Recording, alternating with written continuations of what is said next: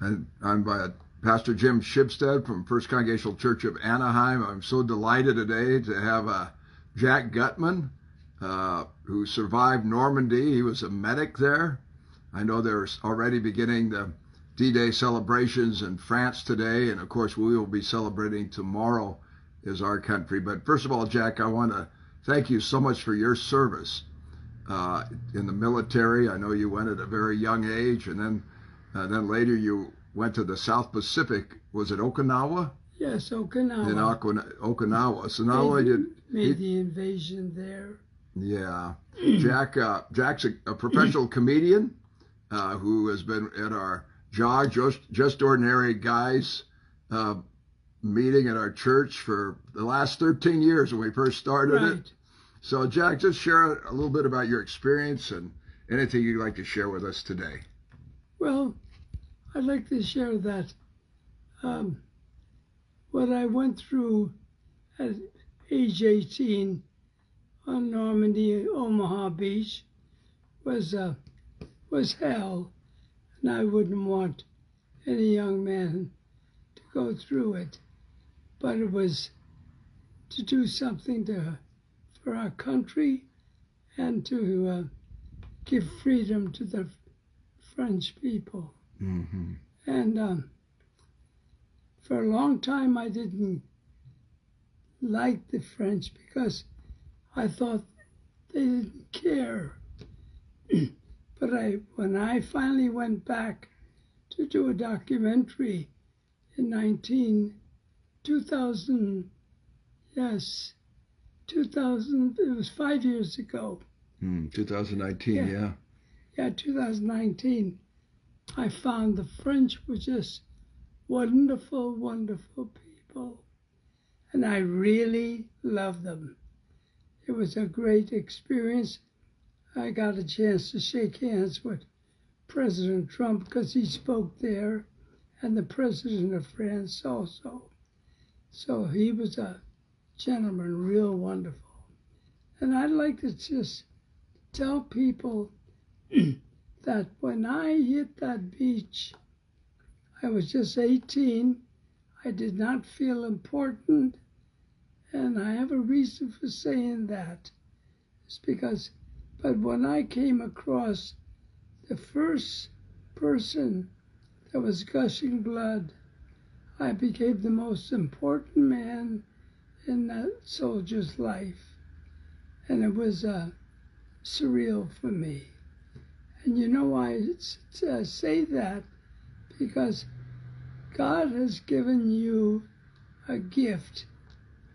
And I feel if you would feel important about that gift, and it could be your career, your job, whatever you have, you do it well because you are touching a life. Mm-hmm. A plumber, when he gets a person and fixes his toilet, he has touched that person's life.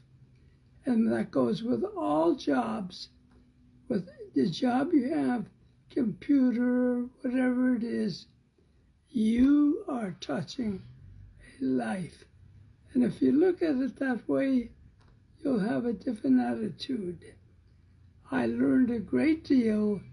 I felt bad because I lost my teenage years, and I didn't experience the great things young people had.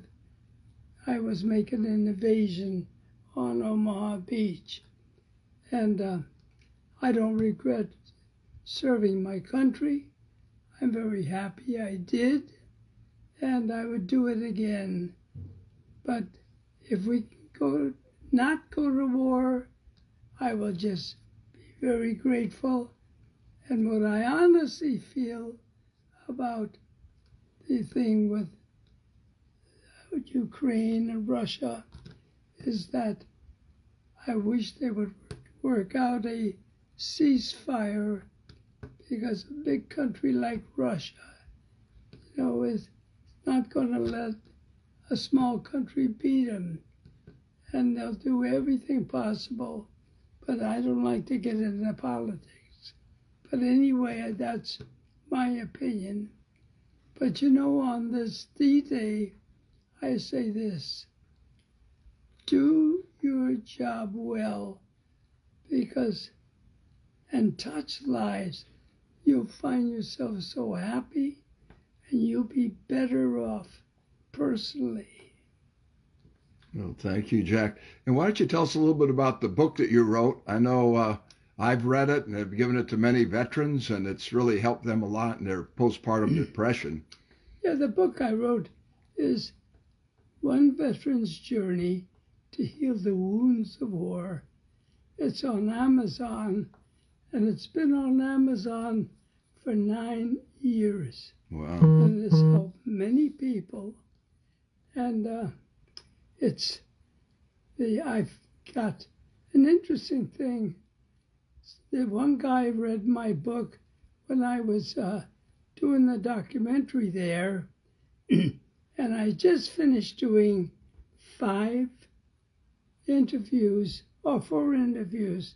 with the big TV people, Germany and England and so forth, United States, and I was tired.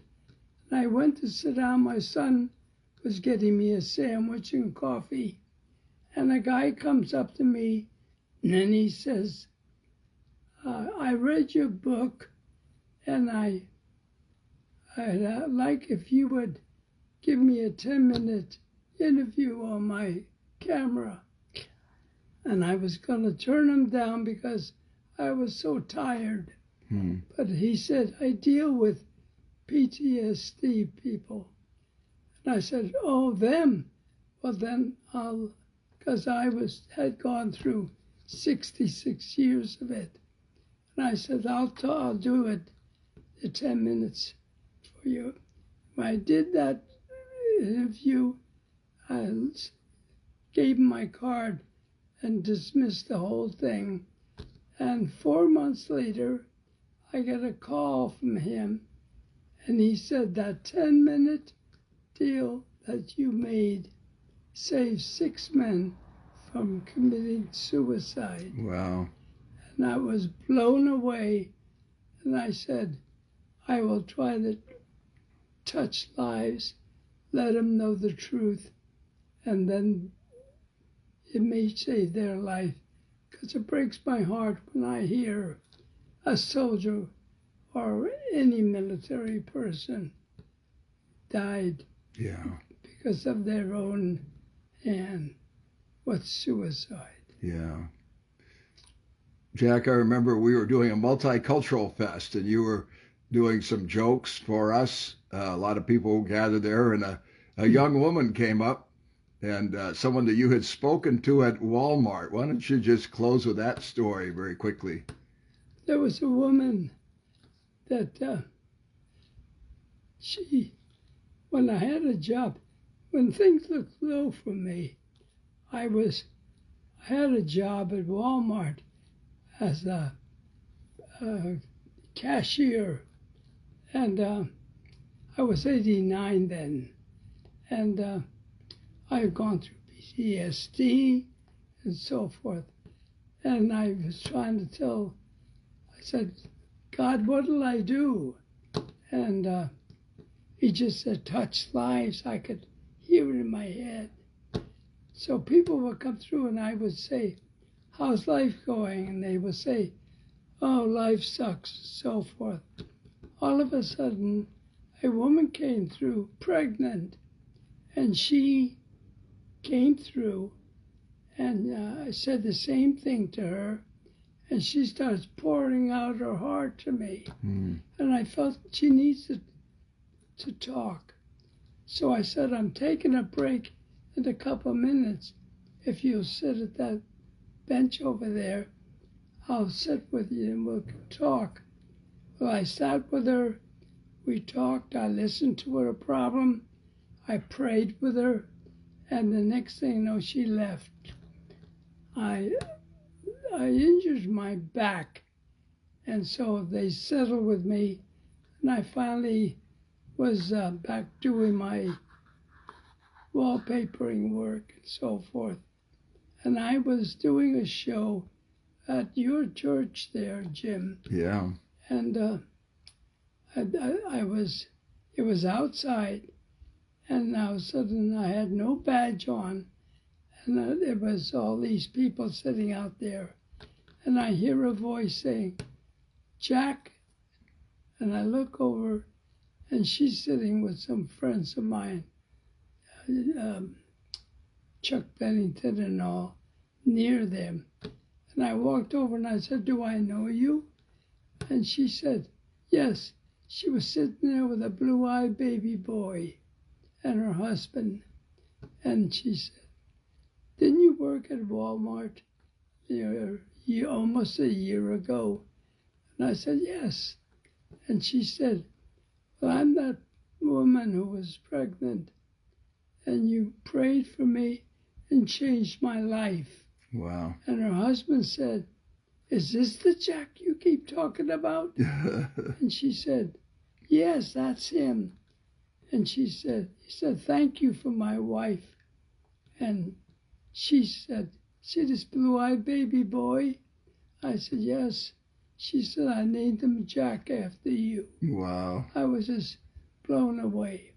So, God lets you know in many ways. And he touched my heart with that. And it geared me to doing more and more of touching lives, because I've never felt better since I did that. And I beg people, try it. Your life will be different. Mm-hmm. Well, thank you, Jack. We sure appreciate it, you sharing with us. And you've been a blessing to my life and so many other people's lives. And we're just thankful for your service and that you had your 98th birthday. And you've been married how many years now? Let's see. Now, I'm 98. Yeah. I'll be 99 December 19. Wow. It's still sharp as ever. And then you and your wife have been married forever. Yes, my wife and I, we will celebrate June 22nd, 77 years. Wow. Married. And she's been a great woman. So the Lord has been good to us. And Jim, you've been a great friend. And I thank you from the bottom of my heart. Well, thank you, Jack, for taking the time to share with us. And I'm sure you're going to touch a lot of lives with this video. God bless you. Well, as long as God gives me life, breath, I'll keep doing it. And I thank you for making the trip here, and I pray that God will bless your life. Oh, thank you. God bless you.